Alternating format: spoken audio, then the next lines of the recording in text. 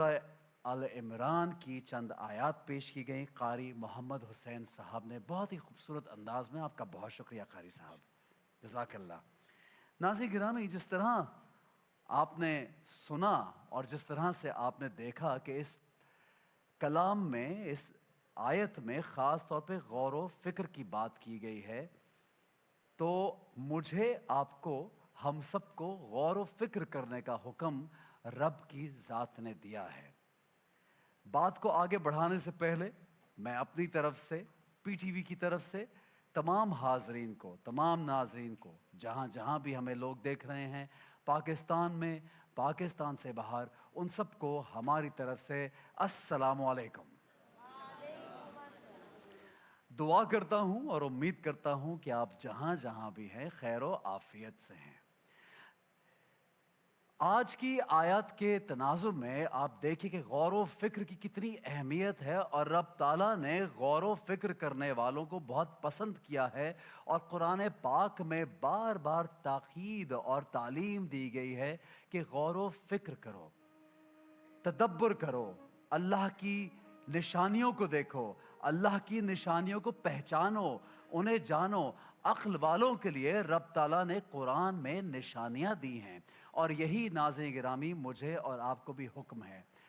कुरान पाक का जब मुताला किया जाता है, तमाम अंबिया कराम की बात की जाती है, तो देखा जाता है कि तमाम नबियों के जो वाक़यात मुझे और आपको सुनाए गए हैं, उन पे भी गौर किया जाता है, और उन नबियों ने भी अपनी ज़िंदगियों पर गौर किया अल्लाह तक पहुँचने के लिए। ये मेरी और आपकी तालीम के लिए तमाम वाक़यात हमें सुनाए जाते हैं। और जो जो भी अंबिया की ज़िंदगी में हुआ, जबकि वो चुने हुए थे, परवरदिगार के ख़ास लोग थे, उनका नूर, उनकी रूहें चुनी जा चुकी थी पहले से ही, लेकिन इस दुनिया में उन्हें भेजा गया मुझे और आपको और ता क़यामत आने वाले तमाम इंसानियत को तालीम देने के लिए। तो क्या मैं और आप गौर व फ़िक्र करते हैं?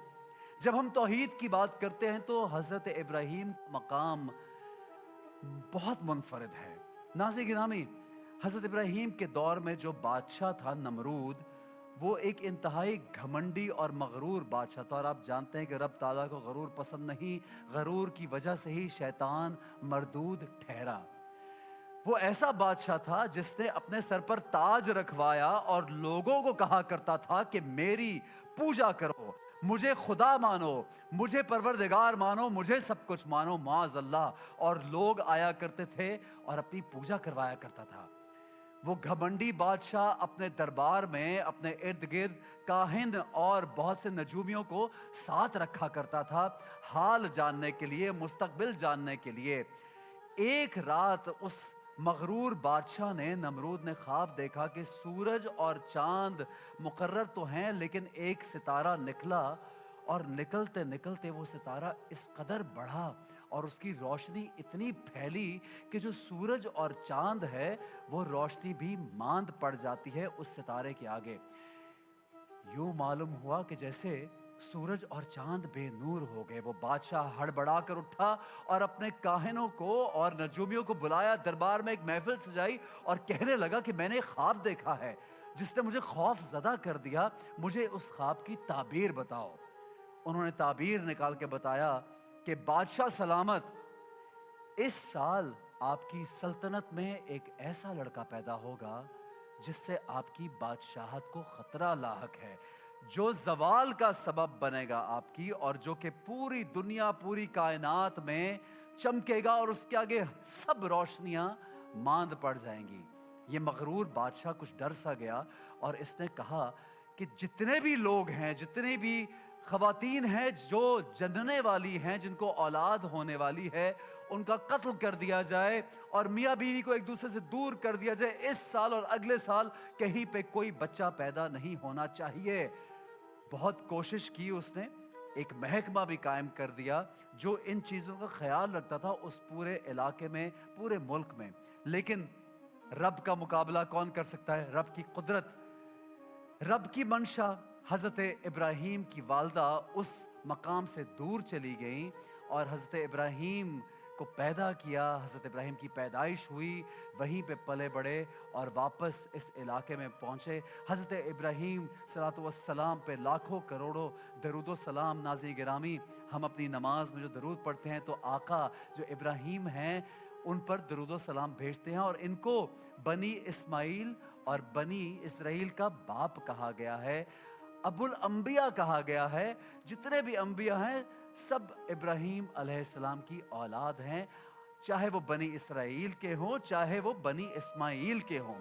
تو ناظرین گرامی، خلیل اللہ بھی کہا گیا قرآن پاک میں، ان کو اللہ کا دوست، اللہ کا خلیل کہا گیا۔ اللہ تعالیٰ نے بے شمار معجزے ان کے ساتھ کیے میرے اور آپ کو کچھ سکھانے کے لیے۔ یہ وہی بادشاہ ہے جس نے ایک بہت بڑا الاؤ بھڑکایا ابراہیم علیہ السلام کے لیے، جس کا ذکر میں نے کل کیا تھا اپنی گفتگو میں، جس آگ کو اللہ نے اپنے خلیل کے لیے گلزار کر دیا۔ ناظرین گرامی، حضرت ابراہیم کا ایک خاصہ تھا جو غور و فکر کیا کرتے تھے ہر چیز میں، اور جب آپ ان کے واقعات پڑھتے ہیں تو یقین کیجئے جس طرح سے قرآن پاک میں ہمیں سنائے گئے ہیں وہ واقعات، تو نظر آتا ہے، دکھائی دیتا ہے کہ مجھے آپ کو حکم ہو رہا ہے کہ تم بھی غور و فکر کرو۔ آپ جانتے ہیں حضرت ابراہیم علیہ السلام نے بھی ایک خواب دیکھا تھا، لیکن حضرت ابراہیم علیہ السلام کے علاقے کے تمام لوگ جو تھے وہ ستارہ پرست تھے، پوجا کیا کرتے تھے بتوں کی، اور جتنے بھی ستارے اس وقت ان کے نام مختلف تھے ان کی پوجا کیا کرتے تھے۔ تو ابراہیم علیہ السلام نے یہ سوچا کہ بھئی یہ کون سے بت ہیں جو ہم خود ہی بناتے ہیں اور خود ہی ان کی پوجا شروع کرتے ہیں۔